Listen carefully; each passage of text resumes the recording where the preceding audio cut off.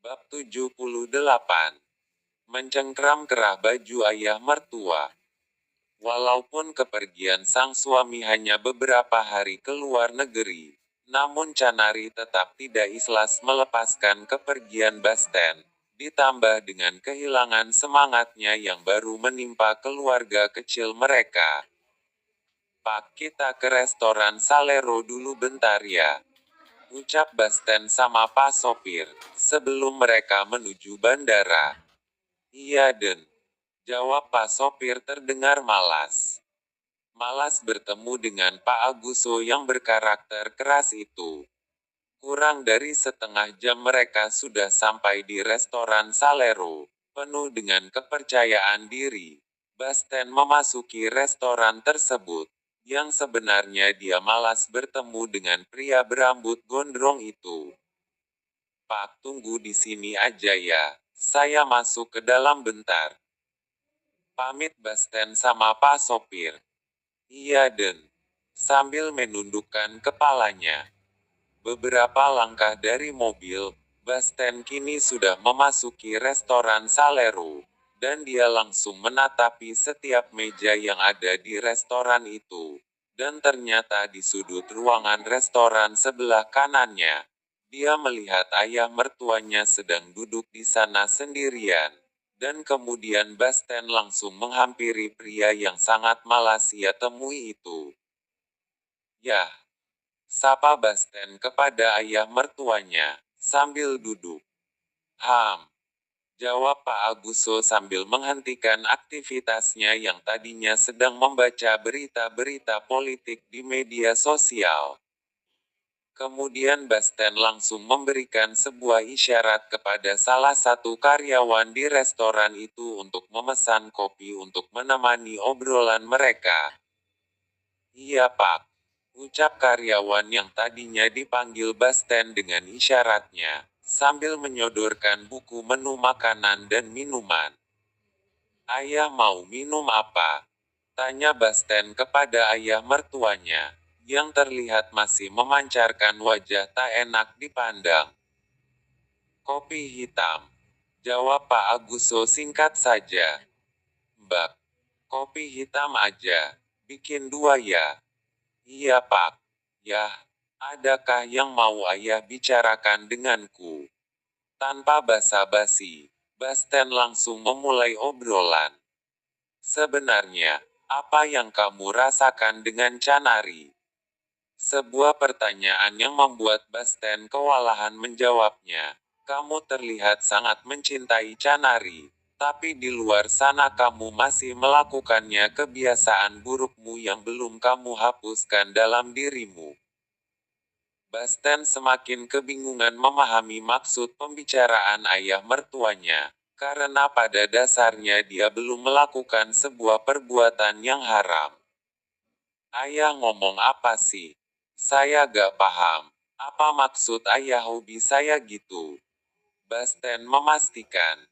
"Iya, hobi kamu yang masih berhubungan dengan sembarang wanita." Wajah Pak Aguso terlihat merendahkan si Basten. Mendengarkan perkataan ayah mertua, Basten semakin merasa tidak nyaman dengan obrolan mereka. Ia tidak menyangka bahwa sekejam itu ayah mertuanya mengada-ngada terhadap dirinya, hingga pada akhirnya Basten menyimpulkan bahwa ternyata ayah mertuanya belum bisa menerimanya sampai detik ini. "Yah, aku tahu kalau ayah tidak senang denganku, dan aku juga tahu kalau ayah belum bisa memberi kita restu yang ikhlas.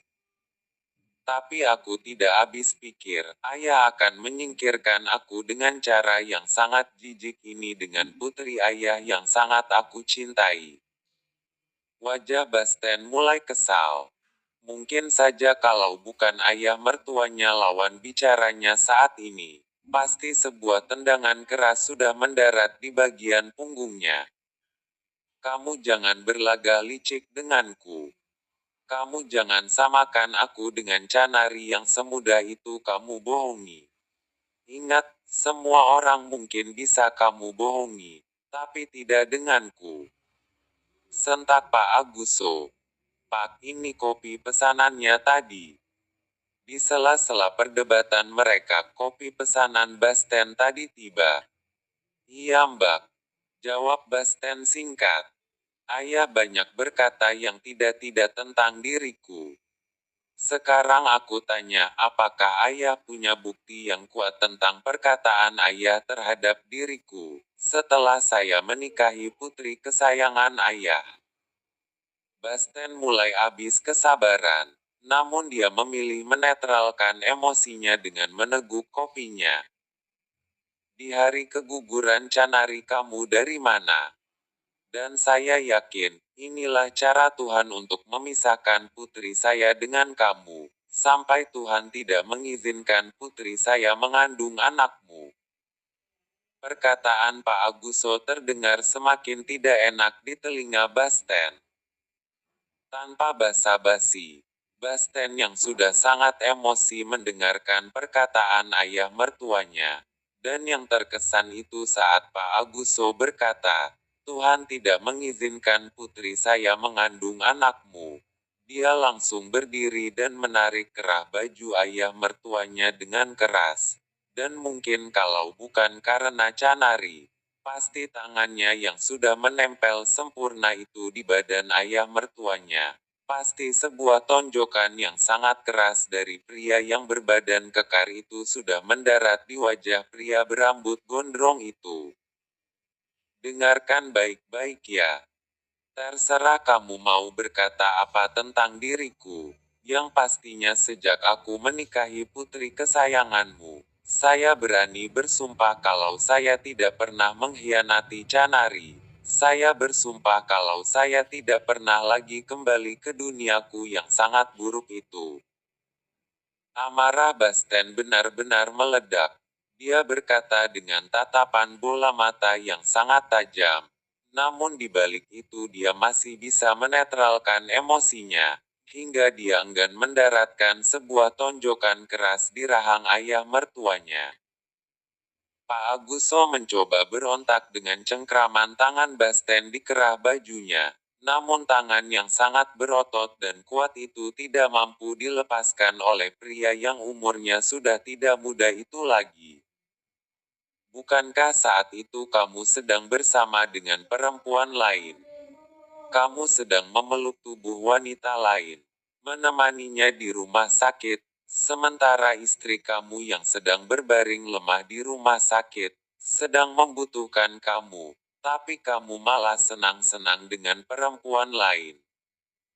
Protes Pak Aguso tidak kalah garang dengan amarah Basten. Mendengarkan perkataan ayah mertuanya, Basten dengan perlahan melepaskan cengkraman tangannya di kerah baju Pak Aguso, dan saat itu ia langsung menyimpulkan bahwa ayah mertuanya telah salah paham terhadap apa yang ia lihat saat itu. Basten kembali duduk, dan mulai menetralkan emosinya.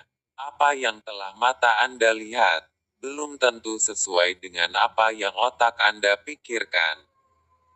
Hah, cuy. Pak Aguso meludahi perkataan Basten. Seharusnya bukan aku yang pantas Anda curigai, tapi menantu kesayanganmu itu yang sepantasnya Anda curigai. Basten benar-benar tidak bisa lagi mengontrol emosinya. Artinya apa yang ada di dalam hatinya saat itu tanpa berpikir dua kali ia langsung mengutarakannya.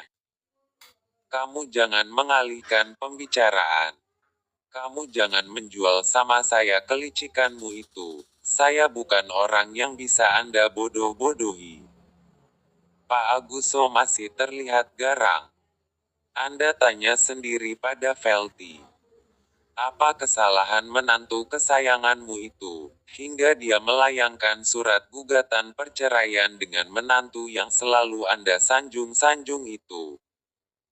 Ucap Basten penuh keemosian sambil berdiri, dan pergi meninggalkan Pak Aguso di restoran itu, yang mana wajah garang Pak Aguso tadi, sejenak berubah menjadi wajah yang terlihat mulai memucat.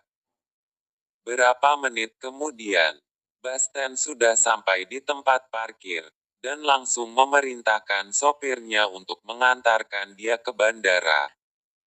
"Ayo Pak, kita jalan," ucap Basten dengan wajah yang masih terlihat kesal. "Iya Den. Semua baik-baik saja kan Den?" tanya Pak sopir yang pastinya sudah mencurigai kalau pertemuan Tuan Basten dengan ayah mertuanya bukanlah pertemuan dengan pembahasan yang baik-baik saja. "Lumayan Pak," jawab Basten asal. Dan akhirnya Pak sopir melajukan mobil menuju bandara. Sementara perubahan wajah garang pria yang telah ditinggalkan Basten di restoran itu, karena sudah pasti ia syok mendengarkan perkataan menantu yang sangat ia benci itu. Basket tidak peduli. Mau sehat dia setelah mendengarkan perkataan itu. Apapun yang ia rasakan, biarlah ia tanggung sendiri. Lanjut ke bab berikutnya.